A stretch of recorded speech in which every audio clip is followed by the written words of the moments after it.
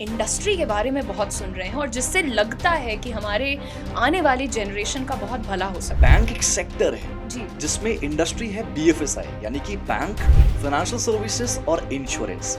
लेकिन BFSI में तो अपॉर्चुनिटीज का नंबर बहुत ज्यादा हो सकता BFSI में 2 करोड़ के आसपास जो सबसे ज्यादा एम्प्लॉयमेंट प्रोवाइड कराने वाली एकमात्र इंडस्ट्री है हमारे इंडिया में स्पेसिफिक। है। Today I am a teacher, बहुत सारे लोग देखते हैं जानते हैं, but I started as a sales person. अगर तुम एक बार इंडस्ट्री में घुस गए उसके बाद वो तुम्हारे ऊपर डिपेंड करता है कि तुम कितनी ऊंची उड़ान उड़ोगे। मैंने ये सोचा था कि मैं प्लान भी लेके चलूंगा। बिजनेस मैनेजमेंट, बिजनेस एनालिसिस, हर जगह मैंने अपना एक्सपीरियंस किया है।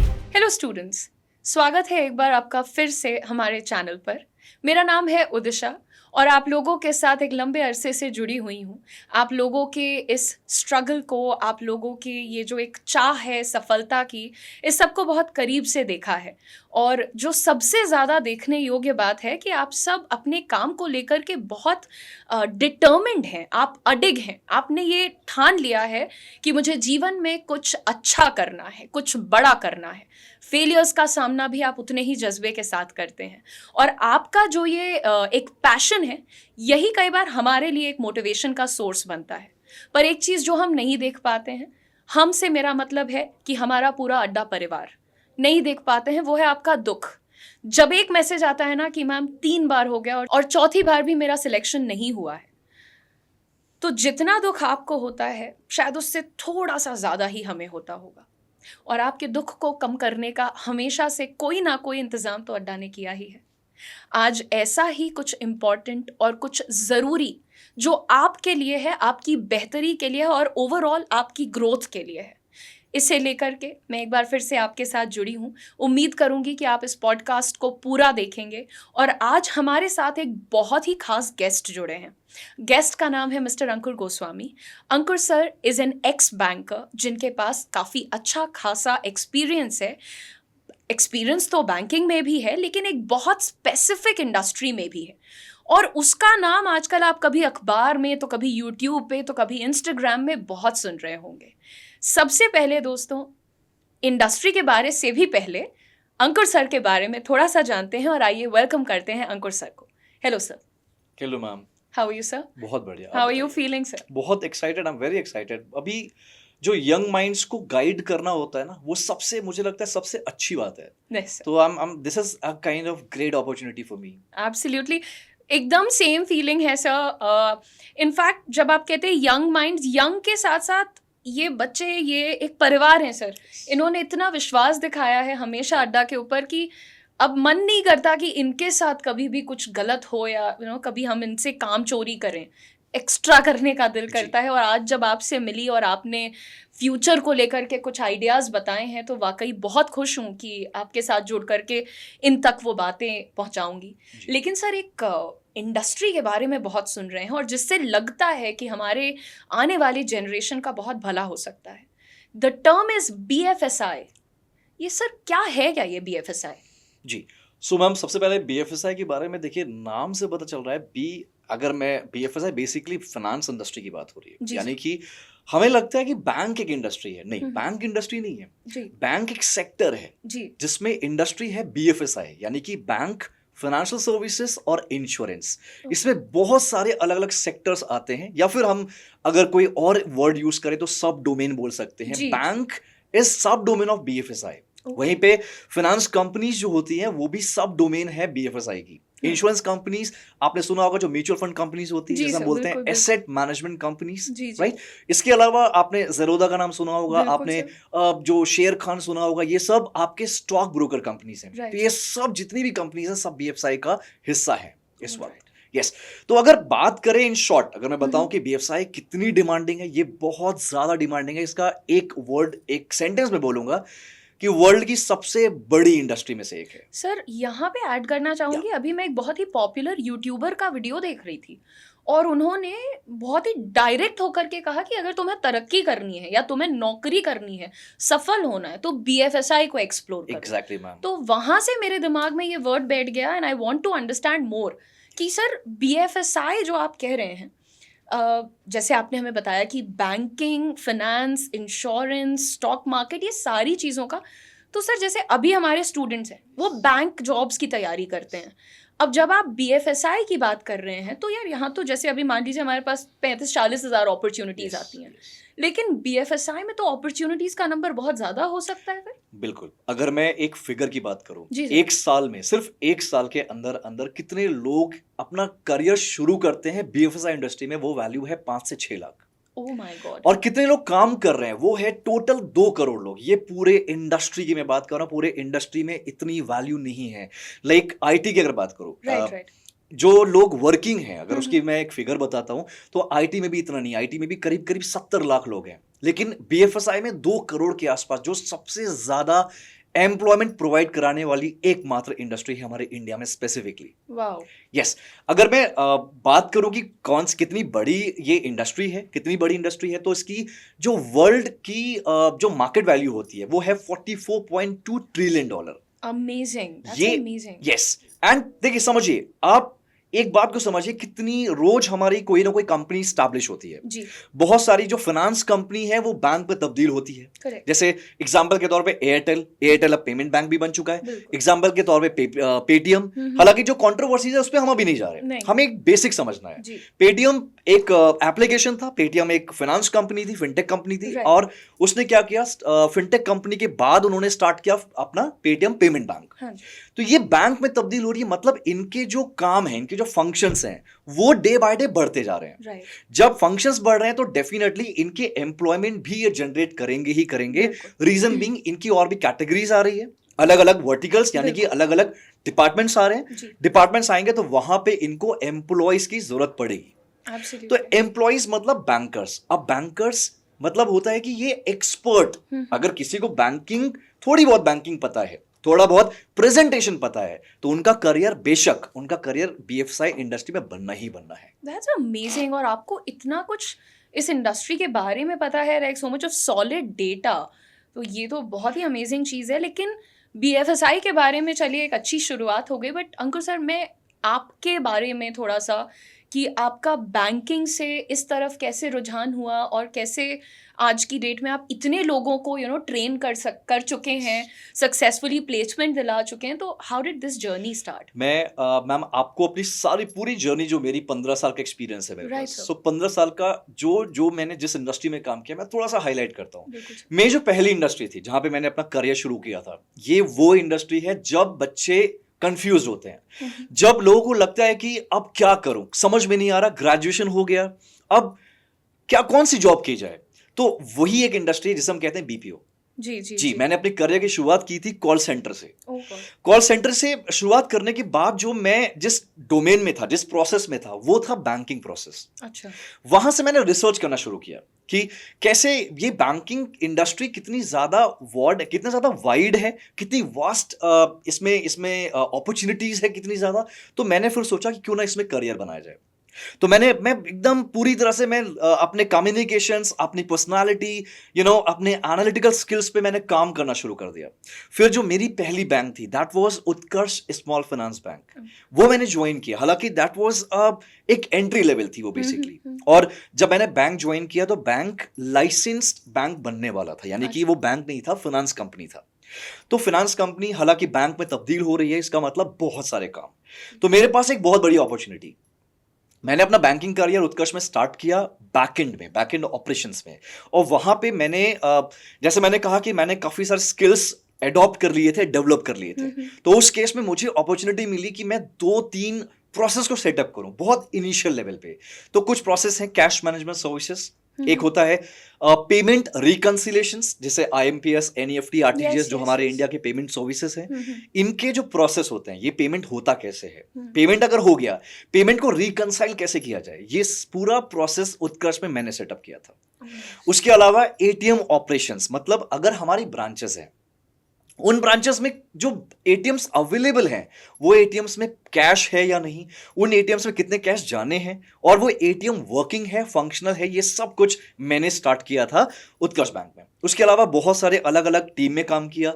उसके बाद जब मुझे लगा कि यार मैंने काफी कुछ सीख लिया बैकएंड में, तब लगा कि क्यों ना रिटेल बैंकिंग सीखा जाए। मतलब अभी तो मैं बैकएंड में था, फ्रंट एंड भी सीखा जाए। फिर मैंने फ्रंट एंड में फ्रंट एंड में मैंने एंटर किया, यानी कि ब्रांच बैंकिंग में, जी जिसे हम कहते हैं रिटेल बैंकिंग। जी जी, जहाँ पर जहाँ पे आपका कस्टमर्स के साथ एग्जैक्टली इंटरेक्शन कस्टमर, बड़ा। प्रॉपर कस्टमर हम्म, इंटरेक्शन होता है, तो वहां हम्म, पे मैंने टेलर पे भी काम किया। टेलर मतलब, देखिए बैंकिंग भाषा में टेलर बोलते हैं, ये इसका मतलब होता है कैशियर, जो कैश काउंटर पे होते हैं, जिनका डेली कैश हैंडलिंग का काम होता है, वो टेलर। बहुत बच्चे बोलते हैं जिनकी इंग्लिश बहुत ज्यादा प्रोनाउंसिएशन अच्छा नहीं होता, वो टेलर बोलते हैं। जी जी। इट्स नॉट अ टेलर, ये आप दर्जी नहीं हो, आप वहां पे कपड़े नहीं सिलोगे, आप टेलर हो। आप टेलर क्यों?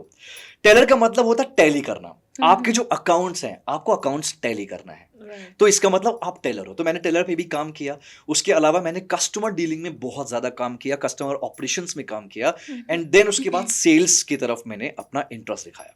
That's amazing. तो मतलब उत्कर्ष बैंक में ही रह के मैंने पूरा बैंकिंग समझ लिया। कितना टाइम कितना लगा सर आपको ये सब मुझे सीखने में? सब कुछ, अगर मैं बैंक, देखिए टाइम ये डिपेंड करता है, जी। ऐसा कोई स्पेसिफिक आप नहीं कह सकते कि एक चीज को सीखने के लिए कितना टाइम लगता है, नहीं, क्योंकि जैसे depend. I am sorry to no interfere, problem. But जैसे आपने बहुत कुछ बिल्कुल बेसिक से एकदम सर बीपीओ से बैंक में शिफ्ट करना, एक प्रॉपर बैंक में, और इतने कॉम्प्लेक्स प्रोसेस को इस्टेब्लिश करना, एग्जीक्यूट करना, ये हर बंदे के बस की बात नहीं है। तो इसका मतलब कि आप उस चीज़ को लेकर के पैशनेट थे और बिल्कुल। एंथुजियास्ट थे उस चीज़ के। तो कितना टाइम एक ऐसे बंदे को लगता है जो भाई एक इंटरेस्ट के साथ उतरा है फील्ड में? ओके, मैंने अगर आप बोलो सेटअप करना, तो हम्म, मैंने 6 मंथ्स में सेटअप कर दिया था सब कुछ। अच्छा। यस, लेकिन उसमें भी मेरे अंदर ये क्वालिटी, मुझे लगता है कि हर एक स्टूडेंट के अंदर ये होना चाहिए। अगर आपको अब अपना करियर आप शुरू करते हो, तो आपको ये नहीं देखना कि सर मुझे ऐसी जॉब चाहिए, मुझे वैसी जॉब चाहिए। एक बार आपको इंडस्ट्री में एंटर करना है बस, करेक्ट। उसके बाद अपने आप आपको अपॉर्चुनिटीज मिलती जाएगी। Very true. When I join Utkarsh bank, salary मैं नहीं रिवील करूंगा, सैलरी बहुत कम थी, 1 डिजिट, मतलब 1 डिजिट में सैलरी थी, ऐसी सैलरी थी। और जो मैं जॉब करता था, जो मैं काम करता था, मेरा time, my timing was 9:30 to 6:30। Okay. But मैं कभी भी 9 के बाद कभी ऑफिस में एंटर नहीं किया, हमेशा मैं 9 के पहले ऑफिस में एंटर कर जाता था। और जो ऑफिस से निकलने का जो टाइम होता था मैम, वो कभी भी मेरे हाथ में नहीं हुआ। कभी भी आज तक, कभी भी मैं 8 बजे के बाद मैं ऑफिस से बाहर नहीं निकला। मैं ये चीज बताना चाह रहा हूं कि अगर आपके अंदर पैशन है, तो आपको नहीं समझ में आएगा कि टाइम कैसे गुजर जाता है। करेक्ट। तो मेरा पूरा टाइम सिर्फ और सिर्फ चीजों को समझने में, चीजों को एनालाइज करने में निकल जाता था। मेरे सीनियर्स होते थे काफी, लाइक एवीपी लेवल पे, वीपी लेवल पे जो काम करते थे, मैं डायरेक्ट उनसे कोऑर्डिनेट करता था, करके चीजें समझता था, बिकॉज वो एक्सपर्ट्स थे, जी। मैं एक्सपर्ट नहीं था, मैं तो फ्रेशर था एक तरह से। बैंकिंग इंडस्ट्री के लिए मैं फ्रेशर था, तो मैंने बहुत कुछ सीखा वहां से। और सीख कर मैंने काफी काम किया। काम करके मैं आपको सच बताऊं तो, मैं जब उत्कर्ष मैंने रिजाइन दिया था, उत्कर्ष जब मैंने छोड़ा था, so my designation was senior executive. वहीं पे मुझे कोटक महिंद्रा बैंक में एज अ रिलेशनशिप मैनेजर, जो मेरी डेजिग्नेशन थी, वो डायरेक्ट डिप्यूटी मैनेजर पे उन्होंने मुझे हायर कर लिया था, just on the basis of my skills.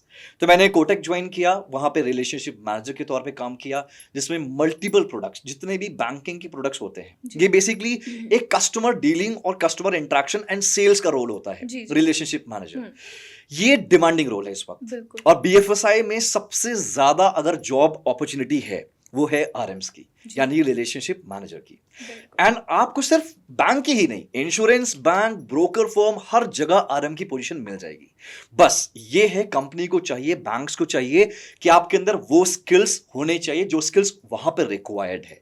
Basic skills होते हैं, जैसे आपको सेल करना आना चाहिए, आपको एनालाइज करना आना चाहिए, आपको प्रेजेंट करना आना चाहिए, क्योंकि प्रेजेंटेशन ही सब कुछ है। एंड अगर आपका प्रेजेंटेशन यूनिक है, तो डेफिनेटली आपको दुनिया कंसिडर करेगी। बिल्कुल। मैं एक एग्जांपल देना चाहता हूं। एग्जांपल के तौर पे, जैसे देखो, मैं बहुत मूवीज वगैरह बहुत देखता हूं। जी। आपने सुना होगा, एक बहुत बड़े एक्टर हैं इरफान खान, जो अभी नहीं है इस दुनिया में। उनकी जो पर्सनालिटी थी, जो वो प्रेजेंट करते थे, जिस तरह वो एक्टिंग करते थे, वो मतलब उनका कोई तोड़ नहीं है, नहीं। उनका कोई कंपैरिजन नहीं है। वहीं पे अभी अगर प्रेजेंट एग्जिस्टिंग एक्टर्स की बात करूं, तो पंकज त्रिपाठी, आपने सुना होगा, बहुत फेमस, कालीन भैया से फेमस। तो वो जो एक्टिंग करते हैं ना, वो बड़ा यूनिक है, दुनिया उनको कंसिडर कर रही है उनके स्टाइल से। तो बस मेरा कहने का यही मतलब है कि अगर आपका स्टाइल अलग है, यूनिक है, डेफिनेटली आपको दुनिया कंसिडर करेगी। Very true sir, very true.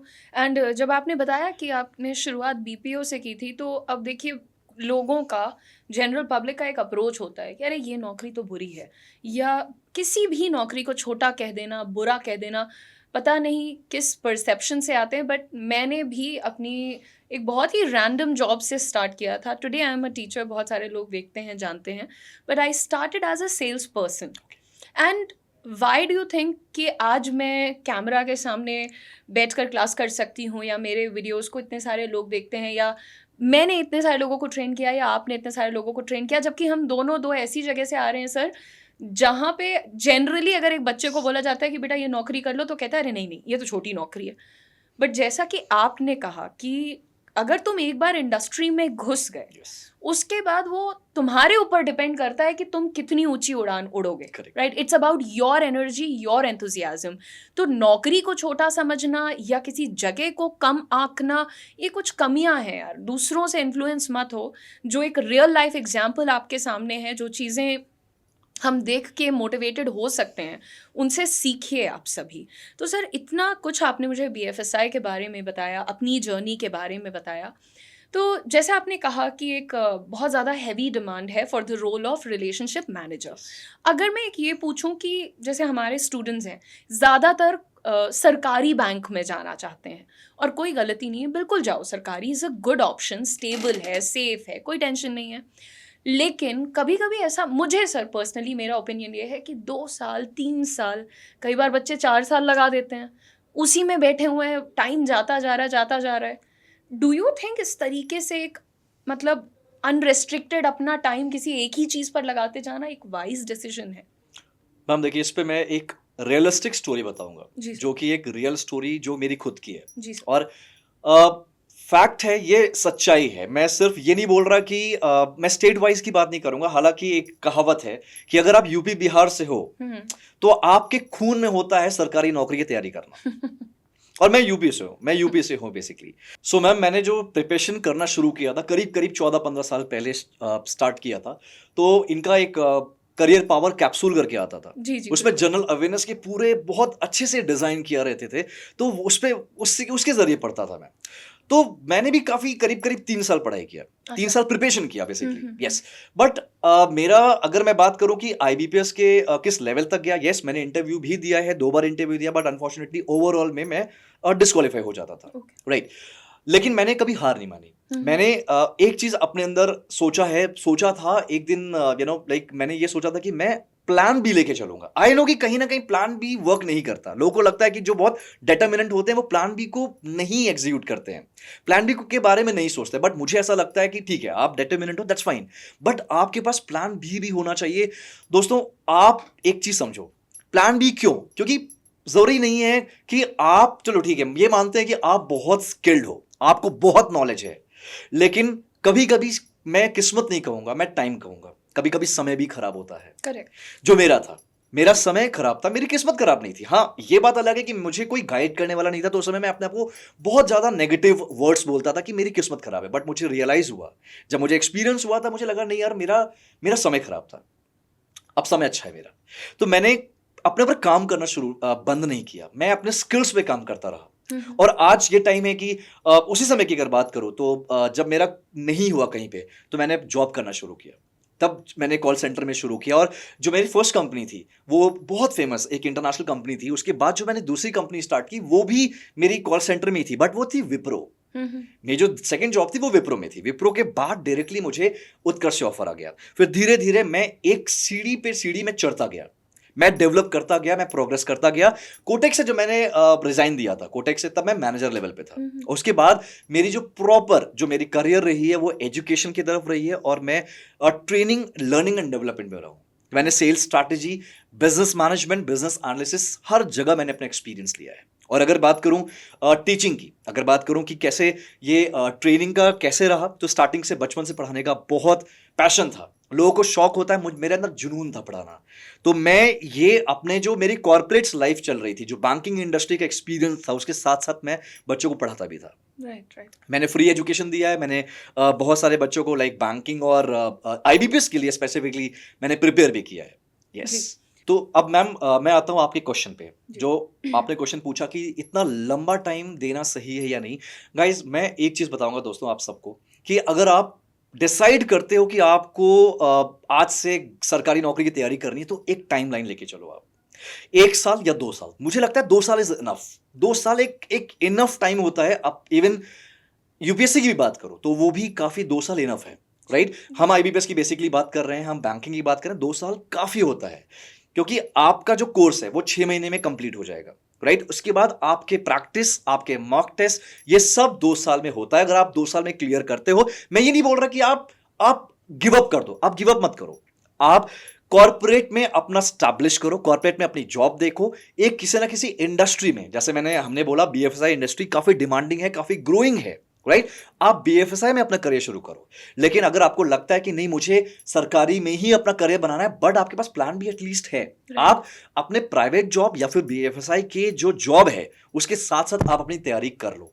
ये पॉसिबल है, क्योंकि मैंने भी सेम काम किया। मैं जब उत्कर्ष में था तो भी मैं अपना आईबीपीएस की तैयारी करता था। जी। यस, तो आपके पास बहुत सारे ऑप्शंस हैं।